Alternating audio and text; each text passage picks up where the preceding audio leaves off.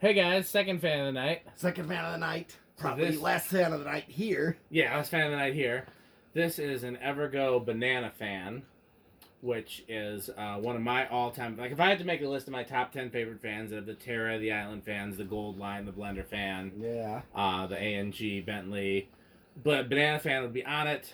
I've talked at great length about how my uncle had one of these in his kitchen when I was growing up. It's a version I still haven't found. It's got the dark colored Union style blades. That one's actually labeled Union. Did you check to see what this one was labeled? I never did. No, I did not look. I just... Okay. I'll keep telling the story while he looks. So, yeah, my uncle had one that had the dark colored... Montgomery Ward. Not surprising. 4E something or other. 4E, 3W or something like that. It's on the other side. Oh, gotcha. Okay. So I can't really... But I see Montgomery Ward sticker on the top. Yeah. They relabeled a lot of these. A lot of these are Montgomery Ward, and so you see a lot of them. But he had my favorite version in his kitchen when I was really young, which was skeletal motor, variable pull chain, reversible, with plain dark colored blades, much darker than these. Mm-hmm. And I loved that fan. And when he moved and left it behind, I was so distraught. And then when we got to his new house, they had this version in the kitchen. I was so happy. Because even though it wasn't exactly the same, to me it was close enough at the time. And this is the shaded pole pull chain version.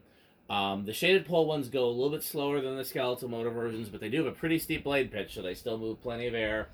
They're pigs, as Pete would call them. They draw a lot of current.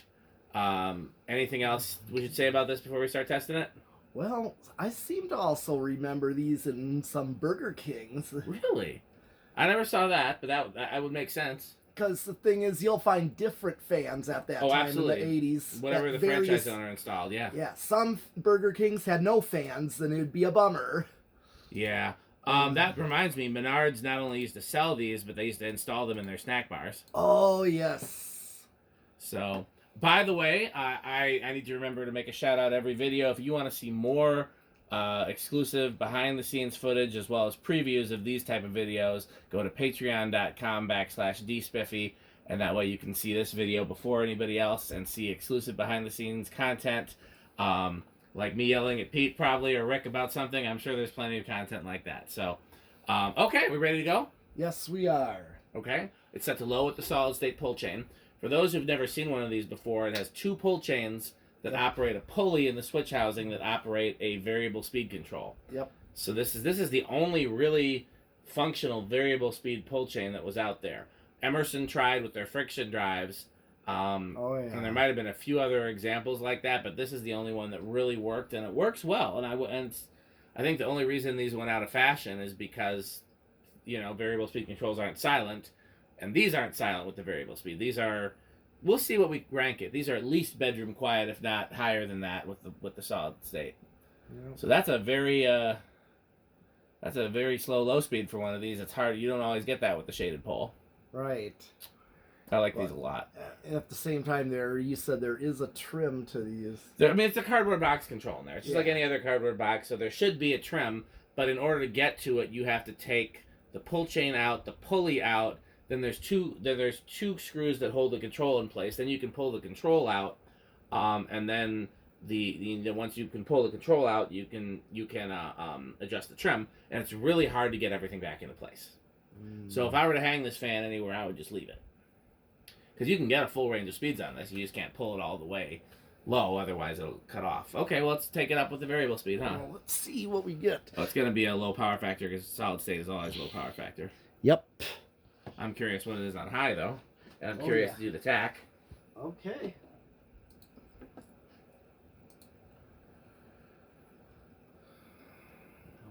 I remember Cole having this in his garage on his massive fan display. I can't remember what variation did he have. I can't remember. I don't remember either. Yeah. I bet it was this one, though. It was something like this. Yeah. That's like 2 amps. Yeah. Some of them are as high as 3. This one seems to be performing better than others, so I guess they're all about the same. Let me make sure.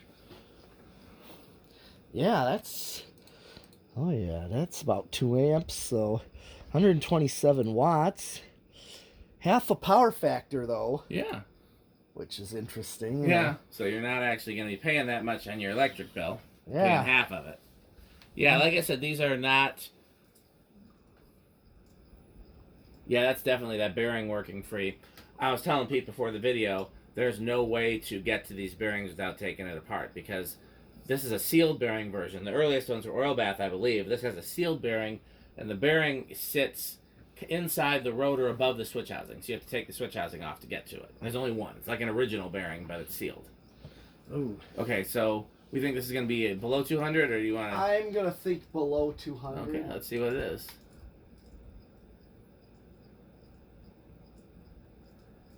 Oh, yeah. It's about 600, so divided by 4 is about 150. Yeah. Yep. Makes sense. I knew it was going to be below 200. Yeah. And like I said, it's a steeply pitched fan, so you're still getting a decent airflow from it. Yep. But I've said before, and I'll say again, that you actually get more airflow from the skeletal version, because they actually go right around 200, and they have the same steep pitch. But it's not a bad fan. Like, I could easily use this in my kitchen, or dining room, or anywhere anywhere other than the living room and the bedroom, because the living room and the bedroom is where I need, like, you know, top airflow. Yeah. But, you know. Mm-hmm. Okay, well, spin down. Yeah, I like these a lot. Well, maybe you should do this one in your kitchen. It's in such nice shape. I could. I've thought about it. I was actually going to do an all-brown one in the kitchen, and I couldn't find all the blades. Which I'm sure we'll find them eventually when we go through all the blades. But I have so many different fans that I want to do. I thought about doing 2 of these in my bedroom, and I actually still might do that if I can find 2 matching skeletal. Or it could even be 1 skeletal and 1 the oil, not oil bath, shaded pull. Yeah, those bearings have a little bit of issue because they definitely stopped quick too. So yeah. Let's see where it starts on ye old test rig. Yeah, on deck. I think it's definitely going to start rather high. Oh yeah, because it's shaded pull. So the question is going to be before or after 10, really. Yes.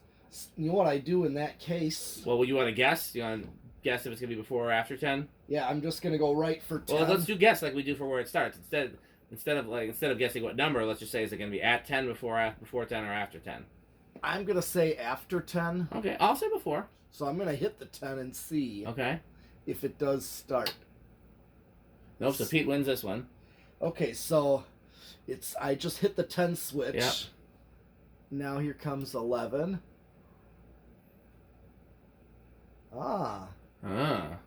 See? Remember, the tolerances in my rig aren't perfect, so this is actually 10 right here, just about. Okay. What did it draw on high? Right around 2 amps? Yes. Okay. It's 12. Okay, so right here at 12, we're getting the...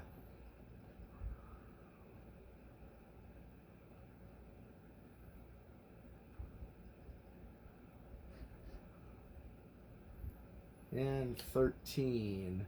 We forgot to say on the last video whether or not the fan was Rick or metal.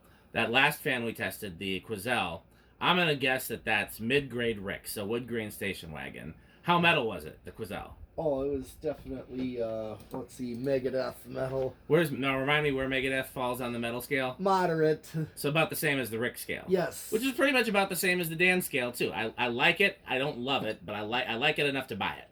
Yeah. I like it enough to have it in the collection, but it's not one of my first choices. This is 13, and this is actually a decent low right here. Yeah, absolutely. We call that. I call it a decent low. Here's 14. I'd love to call it an imposition.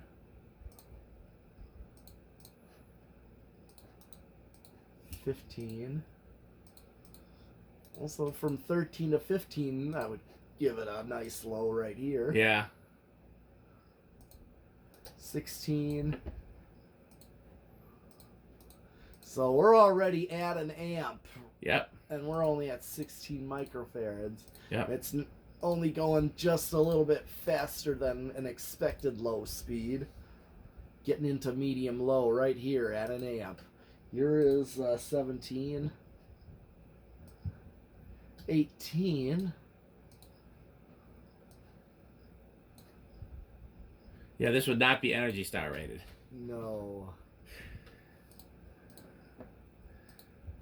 18,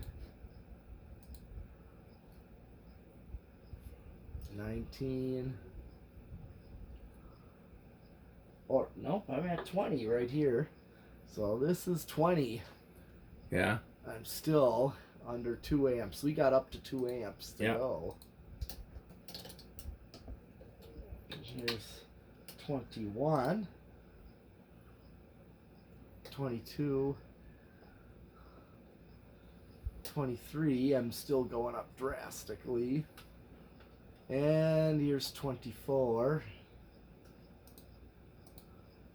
25. See if I'm... Oh! I'm literally right there. I see. It's like... I don't know if this is over or right on, but I just hit high switch and it didn't seem to drop. No. So I'm calling this right here and... Right on, yeah. So I'm thinking at 26. It'll probably go over. Let's see how much over it goes.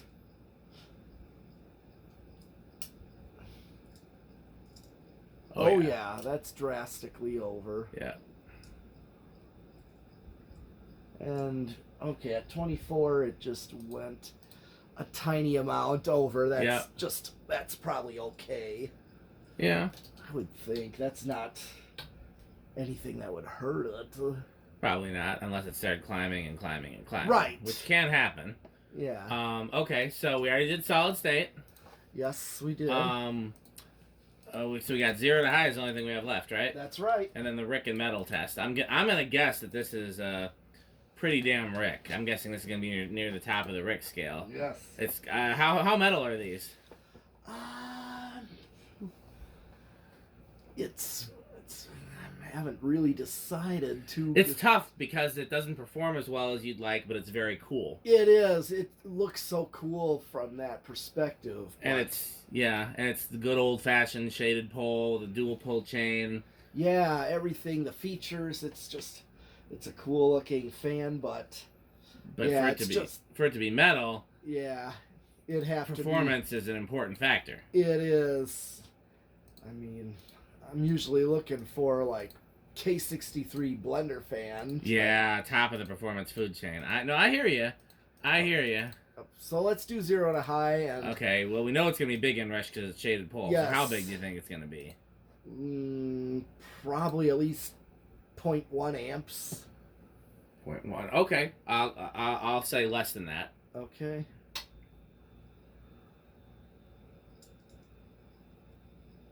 Oh. So if it goes lower than 1.99, Pete wins. Drop one more, then Pete wins.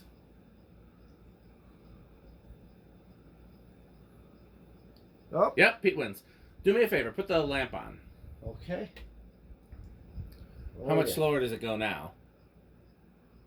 Drastically. It's okay, leave it off. I was just going to let it run on high while we went to the barn for those bearings to break in. Okay. And if I usually will leave the lamp on, but that's too big of a difference. So yeah, go ahead and turn the lamp on. We'll just let it run on high. Okay, so we might do some stuff at the barn. So you may see some footage from that. And as always, thanks for watching. Go to patreon.com/dspiffy for more content and continue to support our sponsors.